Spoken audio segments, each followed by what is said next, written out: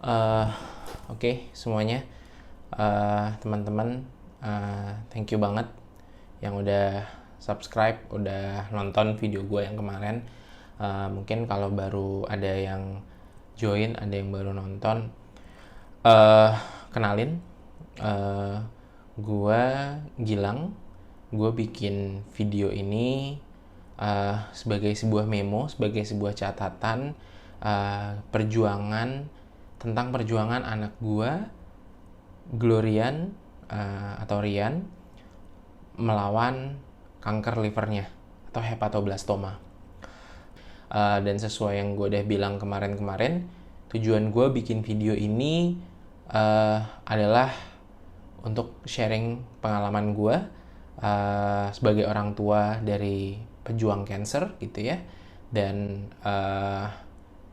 tentang detailnya mengenai penyakitnya dan lain sebagainya yang gue pahami, gue dan istri gue pahami.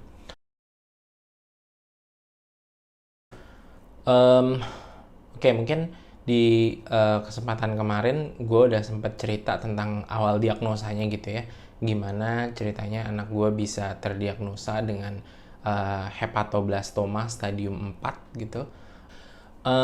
Di episode kali ini gue akan cerita tentang medical plan. Medical plan itu mulai dari rencana-rencananya seperti apa, uh, penanganannya, dan jadwal kemonya juga gitu. Uh, Ketika video ini dibuat, prosesnya sekarang anak kami tengah menjalani kemo gitu ya. Jadi ini sebagai sebuah catatan juga sih sebenarnya gitu. Oke, pertama medical plan-nya dulu ya. Medical plan dari hepatoblastoma. Jadi hepatoblastoma ini jadi gini, ketika kita ngomongin cancer hepatoblastoma, eh, solusi terbaik atau jalan terbaik untuk penyembuhan dari hepatoblastoma adalah dengan operasi dengan bedah gitu ya. Jadi harus diangkat gitu ya, kansernya, tumornya gitu.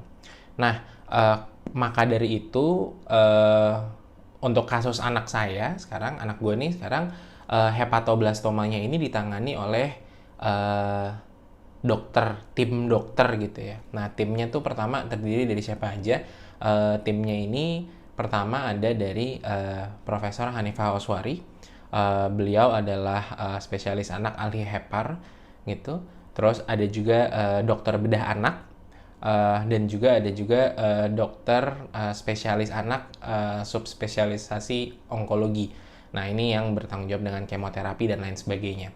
Nah, uh, tarik sedikit tentang diagnosanya. Jadi kemarin diagnosanya itu awalnya kita ngelihatnya pakai MRI. Kita pakai MRI kontras namanya. Jadi anak gua di MRI di Rumah Sakit Pondok Indah Bintaro. Di MRI itu terus kelihatan jelas ternyata memang ada hepatoblastoma. Nah, setelah di MRI, next step-nya kita ke Profesor Hanifah Oswari. Nah, hal pertama yang dilakukan oleh Prof. Hanifah adalah beliau nanya ke dokter bedah anak, apakah ini bisa diangkat atau tidak. Nah, untuk dokter bedah anaknya ini bisa decide kira-kira kansernya bisa diangkat atau enggak, kita butuh CT scan. Jadi CT scan-nya itu kita butuh ada CT scan 3 fase dan volumetri. Nah, itu buat apa? CT scan 3 fase itu untuk tahu secara lebih detailnya, kayak misalnya si kansernya ini sudah kena di bagian mana aja. Maksudnya dia tuh kena di vena bagian mana dan lain sebagainya gitu ya. Karena ini kita butuh tahu nih posisinya, apakah bisa diangkat apa enggak. Kalau ternyata si hepatoblastoma atau kansernya ini menutupi lebih dari 3 vena, kalau gua nggak salah ya, melebihi lebih dari 3 vena gitu, berarti ini nggak bisa langsung diangkat.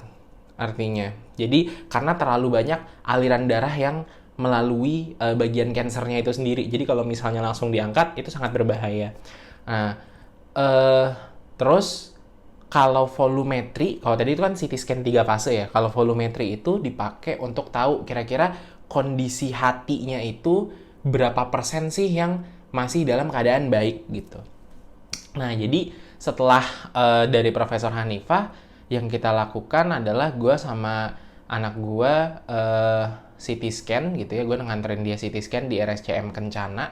Nah, ketika waktu CT scan dan 3 fase dan volumetri itu, barulah ketahuan kira-kira stepnya seperti apa yang bisa dilakukan. Nah, jadi untuk kasusnya Rian, unfortunately hepatoblastomanya itu nggak bisa langsung dioperasi. Ketika nggak bisa langsung dioperasi, artinya harus dilakukan kemo terlebih dahulu. Nah, kalau biasanya kemoterapi itu dilakukan setelah pengangkatan dari kanker. Kalau misalnya memang case-nya kanker. Jadi biasanya tuh dioperasi dulu, baru di kemoterapi. Tapi ada juga kasus seperti hepatoblastoma ini yang kemoterapinya harus dilakukan duluan kalau tidak memungkinkan untuk dioperasi. Kalau kata dokter Rizky Muhaimin, ini dokternya anak gua, beliau bilang ini namanya neoadjuvan, nama approach-nya. Jadi pasien di kemoterapi dulu selama beberapa kali gitu ya, atau beberapa siklus. Setelah di kemoterapi, kalau memang memungkinkan, baru dilakukan pembedahan. Kalau tidak memungkinkan dilakukan pembedahan secara total, mungkin pembedahan secara parsial gitu. Tapi kalau misalnya belum, akan dicoba beberapa cycle lagi.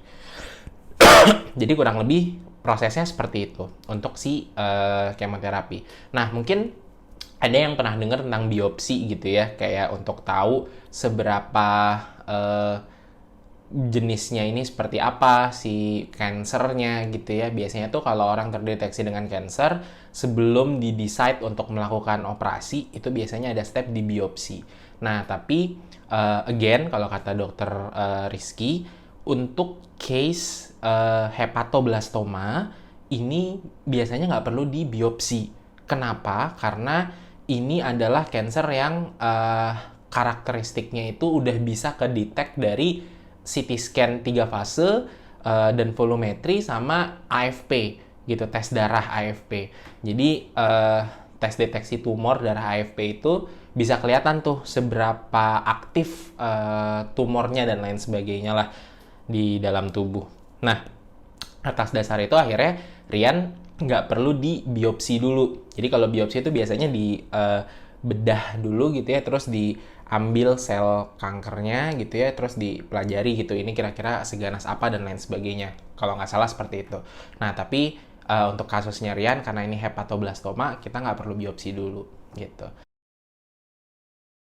Jadi summary-nya, step-nya adalah ketika kedeteksi hepatoblastoma, biasanya dokter bedah yang akan decide nih di awal, dokter spesialis bedah anak. Ini bisa langsung diangkat apa enggak? Kalau enggak, dokter spesialis bedahnya ini harus ngelempar ke dokter spesialis anak onkologi untuk melakukan proses kemoterapi.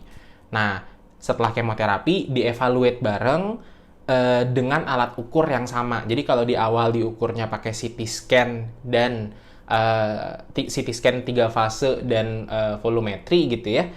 Nanti setelah beberapa kali kemo diukurnya dengan alat yang sama juga gitu, dengan metode yang sama. Biasanya seperti itu. Jadi kalau memang sudah bisa diangkat, baru diangkat. Nah, setelah diangkat pun biasanya akan ada kemo lanjutan. Nah, ini adalah kemo adjuvan kalau gue nggak salah namanya. Jadi setelah diangkat akan ada lanjutan kemo kalau dibutuhkan. Nah, ditentukan sembuhnya kapan sih? Biasanya ditentukan sembuhnya itu sama alat kontrolnya pakai si CT scan-nya itu sama tes darahnya. Dilihat AFP-nya tuh berapa. Sekedar referensi, AFP orang normal itu sekitar 1.0 sampai 3.0 ya, kalau gua nggak salah. Sementara kasusnya pada Rian, AFP-nya lebih dari 80.000.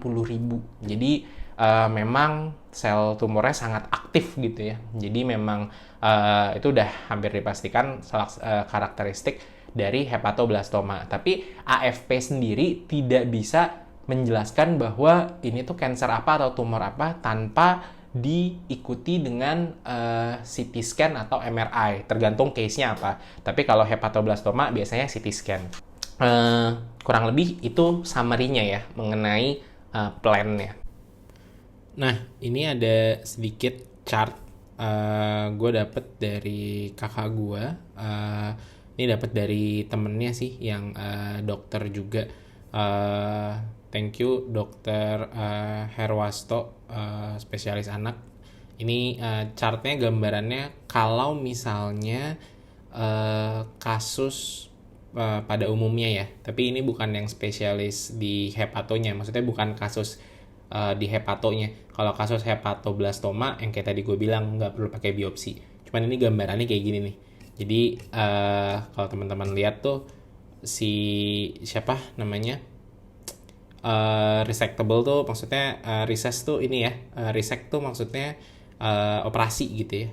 Jadi kurang lebih gitu sih. Jadi kalau kita ngomongin soal transplant, iya chance itu ada tapi masih panjang banget gitu. Jadi nanti kita coba dulu segala macam cara, baru nanti ketika memang udah nggak ada lagi jalan dan lain sebagainya, mungkin baru transplant adalah opsinya gitu. Jadi kurang lebih kayak gitu sih. Mudah-mudahan gambarannya lebih jelas ya teman-teman. Oke, jadi itu tadi tentang summary tindakannya. Mungkin nextnya akan dijelasin lebih detail mengenai chemo plan-nya gitu ya di episode berikutnya, tentang protokol chemo nih yang di belakang sini. Tadinya gue udah bikin dalam satu video tapi kayaknya kepanjangan banget karena itu 10 menitan sendiri, jadi better dipisah aja videonya. Jadi kurang lebih sih detail mengenai kemonya nanti akan dibahas di video berikutnya. Nah, gue mau ngucapin terima kasih buat teman-teman, buat semua yang udah nonton, buat om, tante atas dukungan doanya. Doain semoga proses kemonya Rian lancar gitu ya. Support kalian means a lot for us gitu. Thank you banget buat yang udah like, sudah subscribe juga. Again, tujuan utama gue buat bikin channel ini, buat bikin video ini sebenarnya untuk berbagi sih. Mudah-mudahan bisa bermanfaat bagi teman-teman di luar sana. Kalau ada survivor lain gitu ya, atau ada fighter cancer lain ingin kontak-kontakan, feel free bisa reach out, komen. Mungkin kita bisa kenalan di sana, bisa saling berbagi dan saling menguatkan juga. So, thank you semuanya. Bye-bye.